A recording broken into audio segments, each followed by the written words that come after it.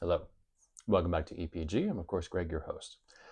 I love to travel, in case you can't tell, which is why I made this entire channel. But when I tell people about my different adventures that I've had all over the world, I always hear the same few things, and it's lies that people tell themselves about why they can't do it. So I would like to address in this video a couple of those lies that I have heard, and then give answers and solutions so that people can, not live by these lies anymore. So lie number one is that travel is too expensive. I get it.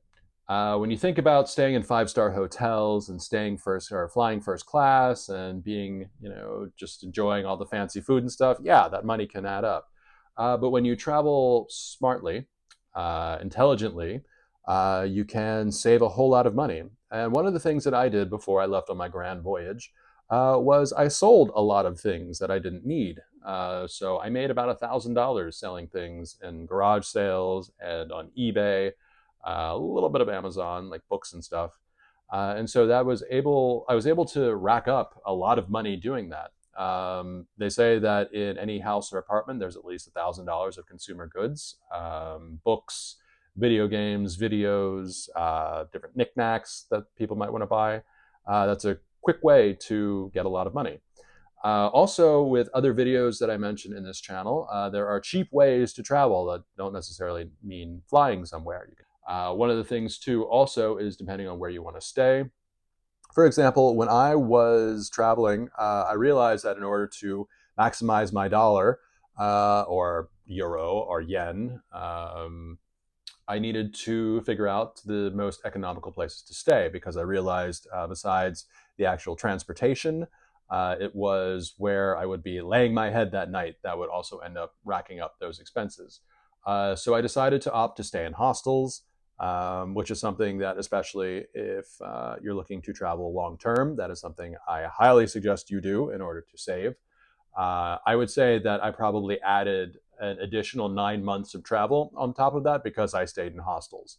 So that's nothing to, shake a stick at. Moving on to lie number two. I do not have the time to travel. Much like money, people can also misbudget time. There's plenty of opportunity to do it. I mean, we have long weekends, we have holidays, we have Christmas, we have Thanksgiving, we have time off from work and school over a long period of time. We also have the sick day and paid time off and all that stuff. So if you want to do it, I mean, it's not that there's a lack of time. It's just that there's a lack of imagination. So, lie number three. No one speaks my language. If you are understanding this video right now in the language that I'm speaking, you have a leg up on world travel. Everywhere that I have gone, most everybody, especially in a professional setting, speaks English. I don't speak Norwegian. I don't speak Cambodian. I don't speak Chinese. I don't speak Japanese. I don't speak Brazilian Portuguese. I did not have a problem with anywhere I was staying because I spoke English. So if there are people that don't speak English, if you have a working knowledge of it and enough to be able to convey your ideas, it doesn't need to be perfect grammar. It doesn't need to be, whole complete sentences. You can still get by. And just thinking back, when I was in Taiwan and I wanted to get some food, I didn't speak Chinese. So I looked at the menu, I saw something that looked tasty, I pointed at it, I grunted. Luckily, the money, that was in Arabic numerals, so I knew how much I would need to pay.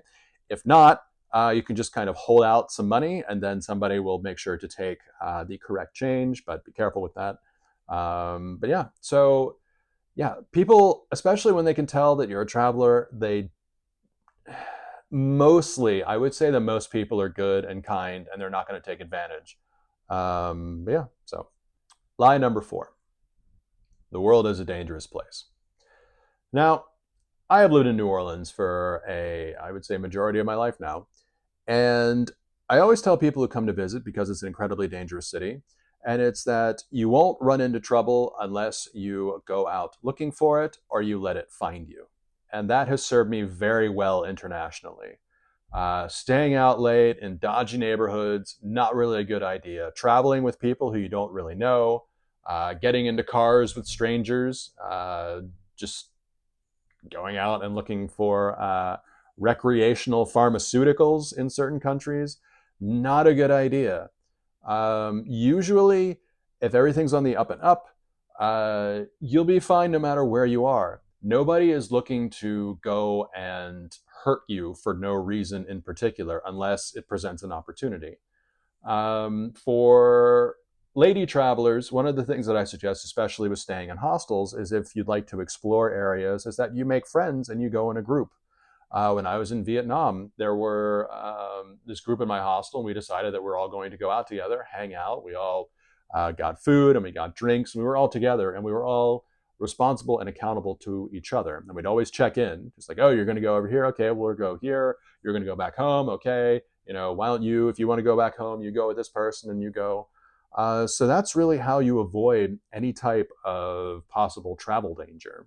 And also using this, if something doesn't feel right, get out of that situation.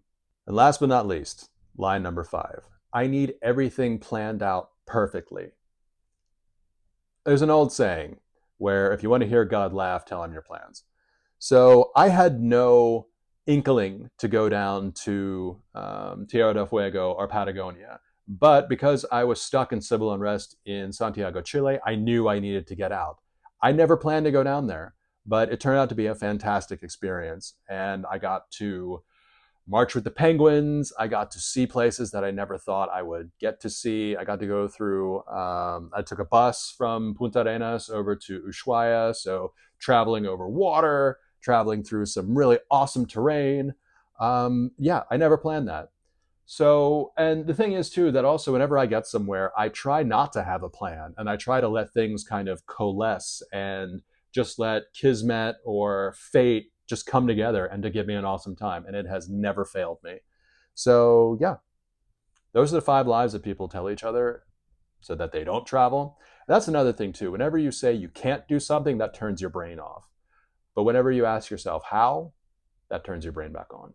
So thank you very much for your time, and get out there.